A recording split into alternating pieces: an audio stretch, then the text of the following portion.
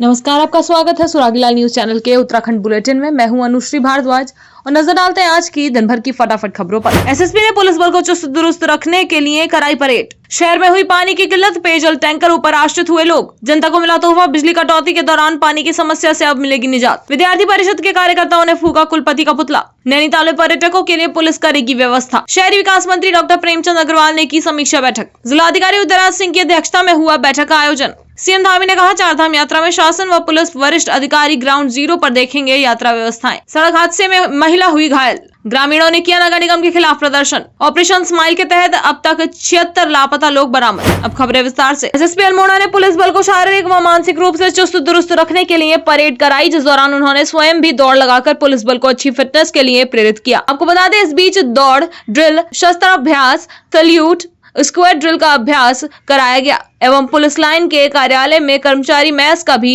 SSP ने निरीक्षण किया। अल्मोड़ा से संवाददाता हेमंत सिंह मेहरा की रिपोर्ट। शहर में पेयजल संकट लगातार गहराता जा रहा है। जल संस्थान के ओवर हेड टैंक से पानी भरने के लिए टैंकरों की लाइन लगी हुई है। शहर के अलग अलग हिस्सों में पेयजल संकट गहरा गया है। हालात प्रतिदिन गंभीर होते जा रहे हैं। एक तरफ प्रचंड गर्मी और दूसरी ओर पानी की कमी के चलते लोगों का जीना दूभर हो गया है। आए दिन जल संस्थान में लोग पहुंच रहे हैं और प्रदर्शनों का दौर जारी है। ऐसे हालातों में जल संस्थान के अधिकारी भी अब बगले झांकने लगे हैं। बारिश न होने और गर्मी के बीच गौला का जल स्तर काफी नीचे गिर गया है। आलम यह है कि अब आधे शहर की आबादी को पेयजल टैंकरों का सहारा लेना पड़ रहा है। इधर जिलाधिकारी नैनीताल का कहना है कि पूरे जिले में 32 टैंकर दौड़ रहे हैं। हल्द्वानी शहर के आवास विकास, इंदिरा नगर, दमुआ डोंगा में पेयजल टैंकरों से लगातार सप्लाई की जा रही है। साथ ही लोगों से अपील की है कि पानी की बर्बादी ना करें और कार वाहन ना धोएं। जहां तक हो सके पानी को सोच समझ कर खर्च करें। हल्द्वानी से संवाददाता दीपक अधिकारी की रिपोर्ट। विभाग ने अभी लगभग 32 टैंकर ऐसे क्राइसिस एरियाज के लिए लगाए हैं, जिसमें विभागीय भी 11 टैंकर हैं और अन्य जो किराए के बेसिस पर लगाए जाते हैं वो भी हैं। कुल मिलाकर विभाग ने 32 टैंकर हायर करे हैं जनपद के अलग अलग क्षेत्रों के लिए, जहां टैंकर के माध्यम से क्राइसिस एरियाज में सप्लाई करी जा रही है। पूरे जनपद में हमारे 102 हैबिटेशंस हैं जहां पर ज़्यादा क्राइसिस सिचुएशन रहती है। उसमें ग्रामीण क्षेत्र भी हैं और हल्द्वानी और उसके पेरीफेरी के नगरीय क्षेत्र भी हैं। तो ग्रामीण जो सराउंडिंग हल्द्वानी का एरिया है वहाँ जेजेएम के काफ़ी सारे काम ऑनगोइंग हैं, उनसे समाधान होगा। और अभी तात्कालिक रूप से विभागीय टैंकर्स को हम लोगों ने इंगेज किया है, किराए के टैंकर्स को इंगेज किया है। इसके साथ जो हमारे ऐसे ट्यूबवेल हैं, 4 हमने ऐसे ट्यूबवेल आइडेंटिफाई करे हैं हल्द्वानी नगर में जो बार बार ख़राब होते हैं। उनमें स्पेयर मोटर, स्पेयर पंप इत्यादि रखवाने की व्यवस्था भी करी जा रही है ताकि रिस्पांस टाइम जो है रिपेयर का वो कम से कम किया जा सके। भीषण गर्मी के मौसम में जहां एक और आम जनता का जीना मुश्किल हो जाता था, तो वहीं विद्युत कटौती के दौरान नगर की पेयजल आपूर्ति भी पूरी तरह बाधित हो जाती थी, जिस कारण गर्मी के मौसम में जनता को बिजली और पानी जैसी मूलभूत समस्या से संघर्ष करना पड़ता था। वहीं कंट्रोल रूम से 3 से 4 घंटे की विद्युत कटौती से लोग परेशान थे और लगातार कभी कभी विद्युत विभाग द्वारा एक दिन में कई बार बिजली कटौती की जाती थी। लेकिन अब बिजली कटौती के दौरान रामनगर की जनता को पानी जैसी मूलभूत समस्या से परेशान नहीं होना पड़ेगा तथा विद्युत कटौती के दौरान रामनगर के पेयजल प्लांट को बिजली की इस कटौती से मुक्त किया जाएगा। रामनगर से संवाददाता राजीव अग्रवाल की रिपोर्ट। एक्चुअली क्या था, पूर्व में जब कंट्रोल द्वारा कटौती की जाती थी तो उसमें हमारा जो रामनगर शहर की जो लाइन से उससे जुड़ा हुआ था ये लखनपुर फीडर से, तो उससे क्या होता था, उसकी विद्युत आपूर्ति भी बाधित हो जाती थी उसके रोशनिंग के साथ। तो उसी का समाधान के लिए हमने एक बीच में जल संस्थान के साथ एक मीटिंग रख के हल निकाला कि अगर इसके लिए एक अलग फीडर बन जाए, अगर वो हमें पैसे देते हैं तो विद्युत कटौती के समय कम से कम उसको हम जो है मुक्त रख सकते हैं, जिससे कि पानी की व्यवस्था जो है बराबर चलती रहे। तो इसी क्रम में हमने जल संस्थान से उन्होंने कहा कि एस्टिमेट कितना चाहिए, कितना लगेगा। हमने उसका आकलन किया तो लगभग पूर्व में जो लाइन लगभग 1600 मीटर के आसपास बनना था, जिसमें हमने 19 लाख रुपये की उनसे मांग की थी, तो उन्होंने 19 लाख रुपये लगभग हमें दे दिया था। उसके बाद जब हमने लाइन निर्माण पैसा देने के बाद लाइन निर्माण का कार्य इस समय जब शुरू किया तो थोड़ा रूट में मार्केट का शहर होने के कारण थोड़ा हमारा लाइन ऑफ रूट का चेंज हुआ, तो उससे लगभग अब वो 2 किलोमीटर के आसपास लाइन बन गई, जिसकी लागत अभी जो वर्तमान में बढ़ के लगभग 22 लाख के आसपास हो चुकी है। उससे ये फ़ायदा होगा कि अगर भविष्य में कोई भी विद्युत कटौती कंट्रोल द्वारा की जाती है तो जल संस्थान के फीडर को मुक्त रखने के लिए ऊपर से मांग करके इसको मुक्त रखेंगे और इसकी विद्युत आपूर्ति बराबर चलती रहेगी, जिससे कि शहर में पानी की व्यवस्था सुचारू से चलती रहे, उसमें कोई व्यवधान उत्पन्न न हो। रामनगर में राजकीय महाविद्यालय के मुख्य गेट के बाहर अखिल भारतीय विद्यार्थी परिषद के दर्जनों कार्यकर्ताओं ने कुमाऊं विश्वविद्यालय के खिलाफ जमकर नारेबाजी करने के साथ ही प्रदर्शन करते हुए कुलपति का पुतला दहन किया। कार्यकर्ताओं का कहना था कि बीते दिवस एमकॉम 4th सेमेस्टर का पेपर होना था तथा छात्र छात्राएं इसी पेपर की तैयारी कर कॉलेज पहुंचे थे, लेकिन जब प्रश्न पत्रों का वितरण किया गया तो ये पेपर 2nd सेमेस्टर का दिया गया। साथ ही उन्होंने कहा कि छात्रों के भविष्य के साथ इस प्रकार का खिलवाड़ लगातार होता जा रहा है, जिससे अब छात्र छात्राओं के भविष्य पर भी संकट मंडरा रहा है। साथ ही कार्यकर्ताओं ने चेतावनी दी है कि यदि भविष्य में विश्वविद्यालय प्रशासन द्वारा इस प्रकार की खामियां की गई तो छात्र पूरे प्रदेश में उग्र आंदोलन करने के लिए मजबूर होंगे। रामनगर से संवाददाता राजीव अग्रवाल की रिपोर्ट। नितेश शर्मा है, अखिल भारतीय विद्यार्थी परिषद की तरफ से। कल होने वाली जो परीक्षा थी, कल शाम के द्वितीय पाली में जो परीक्षा होनी थी वो एमकॉम की 4th सेम की, उसमें क्या है कि क्या कहते हैं सेकंड सेमेस्टर का पेपर आया है उसमें, और बच्चे बहुत ही मतलब परेशान हुए उस चीज़ से, क्योंकि वो 4th सेम का पढ़ के आए थे। तो ऐसी बहुत सारी दिक्कतें कुमाऊं यूनिवर्सिटी में चल रही है जिसकी कोई सुध लेने वाला अभी तक नहीं है। इसलिए आज अखिल भारतीय विद्यार्थी परिषद ने महासंघ के नेतृत्व में हम आज यहाँ पे हमने कुलपति महोदय जी का पुतला फूंका है। अगर ऐसी कोई भी समस्या आगे भविष्य में आती है तो इसका हम पूरा तरीके से विरोध करेंगे। इसलिए आज अखिल भारतीय विद्यार्थी परिषद ने यहाँ पे पुतला दहन किया है। चाहे तो एक साथ होनी चाहिए, सब लोग एक साथ बैठना ही नहीं चाहते। पापा, try this. लो, सब लपक लिए।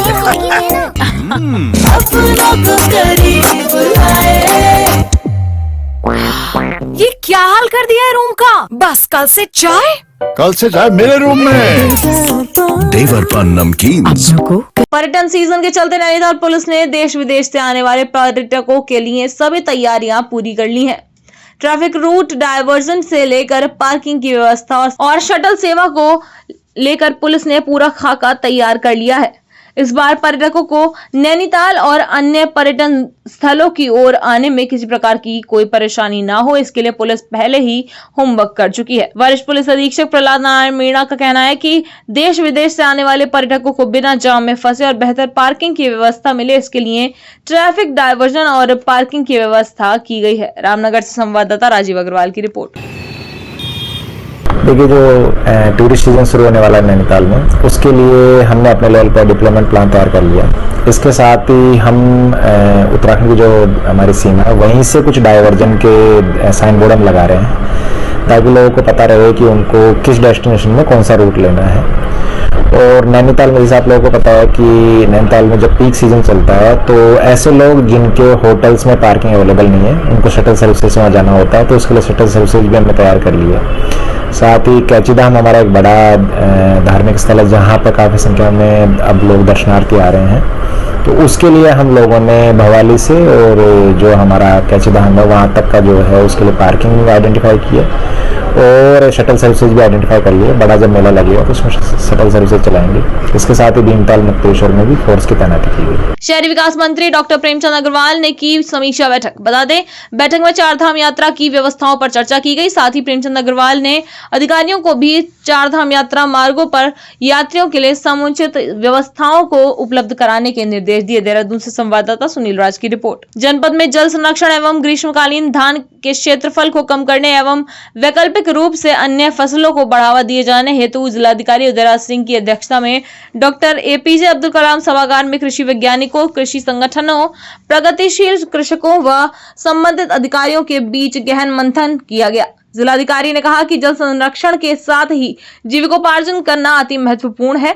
ग्रीष्मकालीन धान की फसल उत्पादन से अत्यधिक जल दोहन से भूमिगत जल स्तर निरंतर कम होता जा रहा है तथा जल स्रोत सूख रहे हैं, जो अत्यधिक चिंतनीय है। उन्होंने अत्यधिक जल दोहन के दुष्परिणामों पर चर्चा करते हुए कहा कि जल संरक्षण, प्राकृतिक स्रोत व पर्यावरण को बचाना हम सभी की सामूहिक जिम्मेदारी है। कृषक जागरूक होकर जिम्मेदारी समझते हुए कृषि कार्य करेंगे। रुद्रपुर से संवाददाता दुर्गेश तिवारी की रिपोर्ट। ग्रीष्मकालीन धान बोया जा रहा है, उसको लेकर के इस जनपद में कई तरह की चर्चाएं और कई जो इसके कुछ दुष्परिणाम भी कह सकते हैं देखने को मिल रहे हैं। वाटर लेवल का नीचे जाना, वाटर का अधिक से अधिक दोहन, तमाम चीजें हैं। इन्वायरमेंट पर भी प्रतिकूल प्रभाव पड़ना, इन सारे बिंदुओं पर ये महसूस किया गया कि चर्चा की जानी है किसानों के साथ। तो आज जनपद के सभी प्रोग्रेसिव किसान संगठनों के प्रतिनिधिगण और हमने माननीय उपाध्यक्ष किसान आयोग को भी अपने साथ इस बैठक में इनवाइट किया था। सीडीओ साहब थे, हमारे सभी अधिकारी इससे जुड़े हुए थे। आज काफी डिटेल में हम लोगों ने चर्चा किया कि क्या विकल्प हो, ये जो समर पैडी है, ग्रीष्मकालीन धान है, इसके स्थान पर और क्या फसलें ली जा सकती हैं और पानी को कैसे हम लोग और बचा सकते हैं, संरक्षित कर सकते हैं। साथ ही साथ लोगों की, किसानों की जो प्रोडक्टिविटी है, जो बेनिफिट है, वो कम ना हो। इन सारे बिंदुओं पर लगभग 4 घंटे आज मीटिंग चली है, 3.5 घंटे, और काफी कुछ लोगों के सुझाव आए हैं, बहुत अच्छे सुझाव आए हैं। और मुझे लगता है कि अगले 2-3 बैठकों में हम लोग किसी न किसी निर्णय पर पहुंच जाएंगे और काफी कुछ बिंदु आज उभर के आए हैं और हम लोगों ने ये तय किया है कि अगले 2-3 बैठकों में इस पर हम लोग किसी निर्णय पर जाएंगे और किसानों की सहमति के साथ जाएंगे। किसान भी काफी कुछ तैयार हैं कि आप लोग इसको तय करें, तो हम लोग उस पर आगे बढ़ रहे हैं। Thank you. मुख्यमंत्री पुष्कर सिंह धामी ने चारधाम यात्रा व्यवस्थाओं की समीक्षा बैठक करते हुए अधिकारियों को निर्देश दिए हैं कि सुरक्षित और सुगम चारधाम यात्रा के लिए शासन और पुलिस के वरिष्ठ अधिकारी सड़क मार्ग से ग्राउंड जीरो पर यात्रा व्यवस्थाओं को देखें। मुख्यमंत्री ने कहा कि हमारी पहली प्राथमिकता चारधाम यात्रा पर आने वाले सभी श्रद्धालुओं की सुरक्षा है। साथ ही उन्होंने सभी श्रद्धालुओं से अनुरोध किया कि उनको चारधाम यात्रा के लिए रजिस्ट्रेशन के अनुसार जो तिथि मिली है उसके अनुसार ही दर्शन के लिए जाए। देहरादून से संवाददाता सुनील राज की रिपोर्ट। चूंकि एक 15 दिन का एक हम लोगों ने निवेदन किया था अन्य राज्यों से भी सबसे कि क्योंकि शुरू के दिनों में अत्यधिक संख्या होने के कारण से जो इस प्रकार के अतिथि आते हैं तो उसके कारण से यात्रा में कोई व्यवधान न हो, सामान्य जो तीर्थ यात्री हैं श्रद्धालु उनको परेशानी न हो। थोड़ा उसको और बढ़ाया है, अभी उसको एक्सटेंड कर रहे हैं कि जब तक यात्रा पूरी तरह से सामान्य स्थिति में नहीं आ जाती है, यात्रा प्रॉपर चलने नहीं लगती, तब तक चूँकि वो अपनी यात्रा को थोड़ा पोस्टपोन करेंगे तो अच्छा रहेगा। बाजपुर से मजदूरी करने पैदल जा रही महिला को बाइक सवार 2 युवकों ने जोरदार टक्कर मार दी। टक्कर लगने से महिला गंभीर रूप से घायल हो गई, जिसे वहां से गुजर रहे समाज सेवी जगदीश पांडे ने अपने वाहन के द्वारा उपचार के लिए बाजपुर के उप जिला चिकित्सालय में भर्ती कराया, जहां डॉक्टरों ने प्राथमिक उपचार करने के बाद उसे हायर सेंटर रेफर कर दिया। बाजपुर से संवाददाता कुश श्रीवास्तव की रिपोर्ट। लोहाघाट ब्लॉक का सीमांत दिगाली चौड़ क्षेत्र लंबे समय से पेयजल संकट से जूझ रहा है। हालांकि क्षेत्र में 2 बोरिंग योजनाओं पर कार्य चल रहा था, लेकिन विभागीय लापरवाही के चलते दोनों योजनाओं को बोरिंग कर छोड़ दिया गया, जिसको लेकर पूर्व जिला पंचायत सदस्य पुष्कर बोहरा के नेतृत्व में क्षेत्र के जनप्रतिनिधि एसडीएम लोहाघाट रिंकू सिंह बिष्ट से मिले और समस्या के समाधान की मांग की। मामले का संज्ञान लेते हुए एसडीएम लोहाघाट ने सभी अधिकारियों को योजना निर्माण के निर्देश दिए थे, जिस पर जल निगम लोहाघाट के अधिकारियों ने 15 मई तक योजना निर्माण का आश्वासन दिया था। वहीं गुरुवार को पूर्व जिला पंचायत सदस्य पुष्कर बोहरा ने बताया कि एसडीएम लोहाघाट के निर्देश पर अब अन्य विभागों के द्वारा योजना में कार्य पूर्ण कर लिया गया है, लेकिन जल निगम की इलेक्ट्रिकल एवं मैकेनिकल शाखा हल्द्वानी के द्वारा अभी तक कार्य तक शुरू नहीं किया गया, जिस कारण योजना का कार्य एक बार फिर लटक गया है। और जब अधिकारियों से संपर्क किया गया तो उनके द्वारा सिर्फ आश्वासन दिया जा रहा है और कार्य नहीं किया जा रहा है, जिस कारण क्षेत्र में काफी आक्रोश है और क्षेत्र में पेयजल के लिए हाहाकार मचा हुआ है। वहीं जल निगम की इस कार्य प्रणाली को लेकर क्षेत्रवासियों ने योजना स्थल पर जाकर जल निगम के खिलाफ प्रदर्शन शुरू किया है। प्रदर्शन करने में पूर्व जिला पंचायत सदस्य पुष्कर सिंह बोरा, ग्राम प्रधान देवेंद्र बिष्ट, लक्ष्मण भंडारी, राम सिंह, अधिकारी राजेश जोशी, मोहन सिंह, मनोज कुमार, ललित मोहन जोशी, उमेश राव आदि मौजूद रहे। लोहाघाट से संवाददाता लक्ष्मण बिष्ट की रिपोर्ट। पिछले कई समय से हम लोग दिगाली चौड़ पेयजल योजना के लिए संघर्ष कर रहे हैं, तो बीच में प्रशासन एसडीएम साहब के द्वारा 15 तारीख का अल्टीमेटम डिपार्टमेंट को दिया गया था और उसमें काफ़ी विभागों ने बहुत अच्छा रिस्पांस यहाँ पर किया है। दिगाली चौड़ पेयजल योजना में हमारी लाइट की व्यवस्था, यहाँ ट्रांसफार्मर लग चुका है और जो यहाँ पर बाकी यहाँ डिस्ट्रीब्यूशन का जो काम कर रहे थे वो ठेकेदार, उनके द्वारा जोशी जी बहुत बढ़िया यहाँ पर काम किया गया है।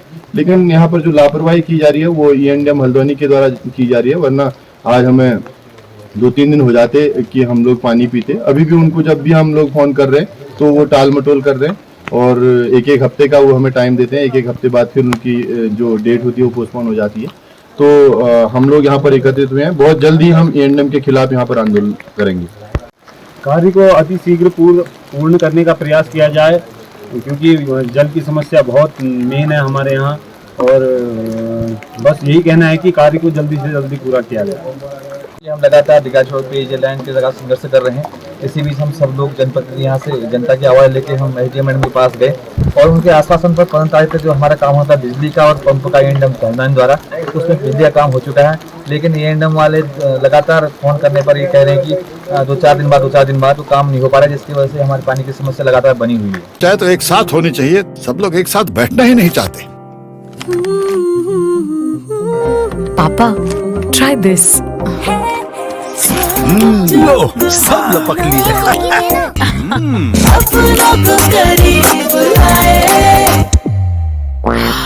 ये क्या हाल कर दिया है रूम का? बस कल से चाय कल से चाय मेरे रूम में।